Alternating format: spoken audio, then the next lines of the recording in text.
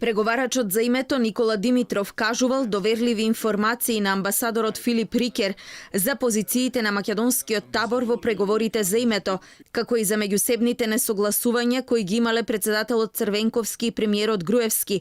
Ова го пишува во извештај објавен на Викиликс до кој дојде Алфа.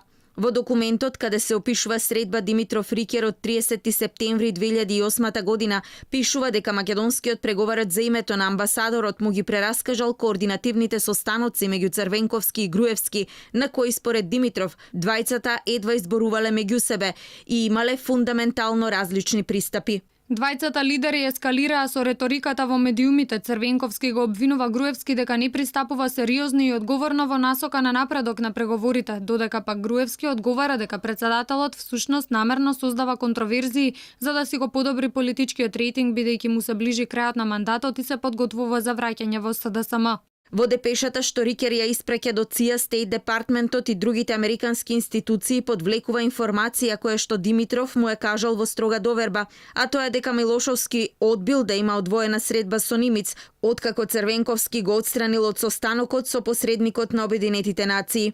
Димитров го информирал Рикер и за поединечните ставови на Црвенковски и Груевски во однос на процесот на преговори со Грција.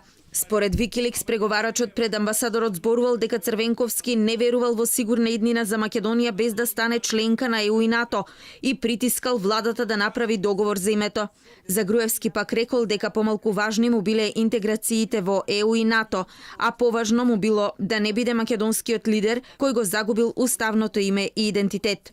Во депешите Рикер знаел дека Димитров е поблизок до Црвенковски, а поради несогласувањата со Груевски во претходните месеци на средбите со Нимиц, редовно бил придружуван од шефот на кабинетот на премиерот. Амбасадорот забележува дека личните политички амбиции и непријателско однесување меѓу политичките чинители во процесот не треба да се потценат воопшто во фаза во која Нимиц се подготвува да презентира, земи или остави предлог пред Атина и Скопје.